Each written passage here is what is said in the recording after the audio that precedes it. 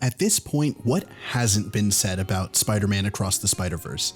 The animation is beautiful, the story is insanely well crafted, with themes that literally anyone can benefit from hearing, a star-studded cast that treat their performance as if they were the one and only Spider-Men, Spider-People, whatever. The movie's really goddamn good, and this is to the surprise of, well, say it with me, absolutely no one, because back when Into the Spider-Verse dropped, this team proved they couldn't only make a good movie, but instead gave the world what most, myself included I might add, believe to be the best piece of Spider-Man storytelling to hit the big screen. Yes, that is including Spider-Man 2, leave a comment about it. I really like that movie, but come on, it's really, anyway. So going into this movie, I knew that we were going to get absolute peak Spider-Man. What I didn't realize though is that one Spider-Man in particular would stand out more than any other.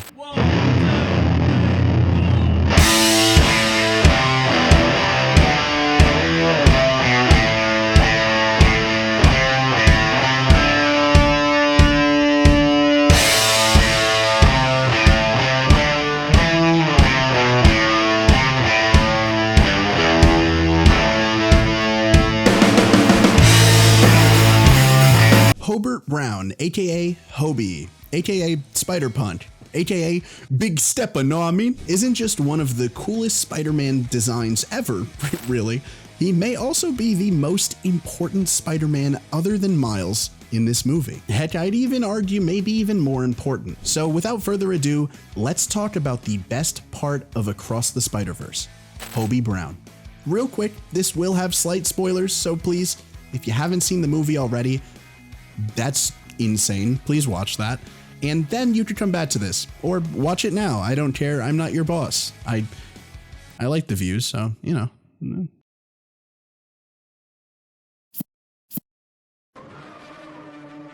Now, yeah, I'm not gonna lie. I love the dude the second he came on screen. He's a Spider-Man that hates the AM, hates the PM, but more than anything, hates consistency and fascists. All jokes aside, well, to be clear, those weren't jokes. He really does hate all those things, but you get it. The moment he enters the first frame, we see just how punk this dude really is. Everyone in this movie has a different style, of course, that's the whole point of it, but Hobie, this dude's on a different level. He's made of like a Sex Pistols poster, or I don't know, some random ransom note with paper parts constantly moving and changing colors. It's amazing, and god damn did they go hard with this. He's constantly rendered differently, and he just always looks like he's out of place, and I genuinely think he loves that. Introduced as a potential love rival for Miles, he quickly squashes any worry of an annoying relationship storyline that I'm pretty sure we all would have slapped our forehead if it happened, and proves he's more than just a weird forced romantic foil to Miles. As a matter of fact, he really couldn't be further from that. Honestly, there are parts where I think he likes Miles even more than Gwen, or at least that's how it seems. Which brings me to my next point. Hobie is essentially the biggest role model for Miles in the movie. See, in the first movie, Miles learned a lot from Peter B. Parker, and being that he's pretty much the de facto Peter in this franchise, it made sense. Show the best Spider-Man to Miles so he understands what he's meant to be and can even eventually surpass him. It was a two-way street. In this movie, we see a different Peter, one who also learned from Miles and is now more mature and careful. Well, barely, but yeah. And before you say, how's he being careful when he brought his baby with him? There was no danger in that place. That was a literal safe haven with heroes everywhere, all Spider-Men and all good. Well, to my knowledge. They were the danger to Miles, not the other way around. Anyway, Peter, being more mature now, understands that Miguel has the greater universe in mind with what he's doing, and thinks Miles may be a bit over his head, which after the first movie where he also thought he was a bit over his head and proved wrong, maybe learn your lesson. So Miles kinda lost his mentor. Hobie, however, hates the Spider-Man society. He thinks it's dumb and all for show, because to him, all that matters is the individual. Again, look at how he constantly stands out. Not just visually, but also how he's always voicing his opinions, which often are the opposite of what everyone else is saying. He makes it very clear to Miles that he should do his own thing, and this circle jerk of spiderweb fluid, it really just isn't it. From teaching him how to use his palm to further his electrical current abilities, to also letting Miles know that he is Spider-Man. No matter what anyone says, he is enough for the role. And I mean, honestly, that alone makes him goated. And it doesn't even stop there. Moments like when we see him stealing from the Spider Lab to later build a new dimensional watch for Gwen to use to help save Miles goes a long way in showing just how smart and caring his character really is. It's not all jokes, and it's not all just him trying to be different. He genuinely understands the situation, and he understands what's right and will go against his oppressors to make sure he makes it happen. Sounds familiar? This movie sets Miles up as a dimensional threat, and all he wants to do is save people.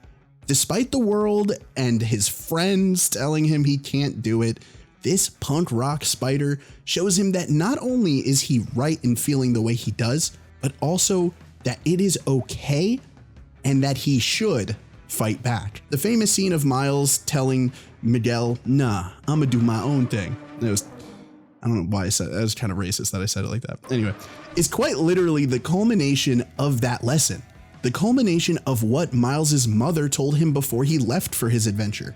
Don't let people tell you that you don't belong where you are. The themes of this movie are of self-acceptance and also fighting for what we think is right. Two lessons that are so Spider-Man coded it hurts. Yeah, it's blunt and a lesson we've all heard before, but the gift wrapping on this one's a little different. Hobie is a catalyst in Miles, showing him that, yeah, Peter is a great Spider-Man. He always does what's just, but what's just isn't always what's right. Miles being more individualistic is something he had a problem with even since the first movie. He's constantly being compared to these other Spider-Men who claim they know better and know more or are better and blah, blah, blah, blah, blah. Hobie shows him they don't know shit. They don't have any idea what the right answer is because before they were all Spider-Man, they were all human. He's a walking incarnation of all the lessons Miles needs to learn for this movie. The best part about it all is the movie doesn't say any of this. Honestly, I feel a little like an English teacher right now who's like looking too deep into The Catcher in the Rye and being like, oh, it represents the, but listen, it really just is that well written. I completely think if you watch the movie again with all of this in mind, you'll quickly see that Hobie really does represent all of this. Hobie barely has enough screen time, but every second of it pushes his narrative forward. He's constantly moving, constantly giving his 2 cents, and honestly eats up every scene he's in because he knew what he needed to do. Hey? What of it?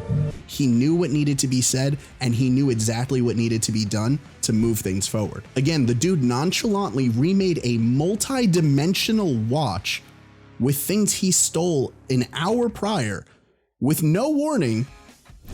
And I mean, that's cool as hell. So yeah, I truly believe this character is intentionally written this way. And again, the fact that it's not just told to us, but rather showed to us is why I think it works so goddamn well. Punk is defined as a loud, fast-moving, and aggressive form of rock.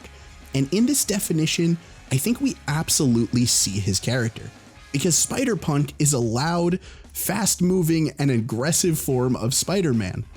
But he's still Spider-Man. He still cares. He still wants to help. And more than anything, he wants to do what's right. This story has a lot of cool characters, and Miles acts kind of as our canvas. A boy who wants so hard to be a hero that he's gonna look up at all the people around him to help navigate what kind of Spider-Man he will become. The fun, lightheartedness of Peter, the freeness and introspective nature of Gwen, and now the individualistic sense and pride of Hobie. By the end of this trilogy, I think we will see Miles finally fully become who he's meant to be. And eventually, he will become the Spider-Man. But until then, there's only one Spider-Man that has my vote. Hey? What of it? Anyway, guys, thank you so much for watching. I absolutely adored this movie. If you haven't already, please check it out. Please see the first one first. I've seen some people just seeing this one. I don't think it works that way. Won't really make much sense. But anyway, let me know in the comment section below who your favorite Spider in this movie was. I mean, there were so many. What was your favorite cameo? I don't know. Do you guys agree with me that Hobie's the best though? Because I honestly think by far he takes it. Anyway, I'm gonna shut up. Thank you again so much for watching. Please don't forget to subscribe and like and comment and do all those YouTube things so I could keep doing this. And yeah, until next time, love you all and goodbye.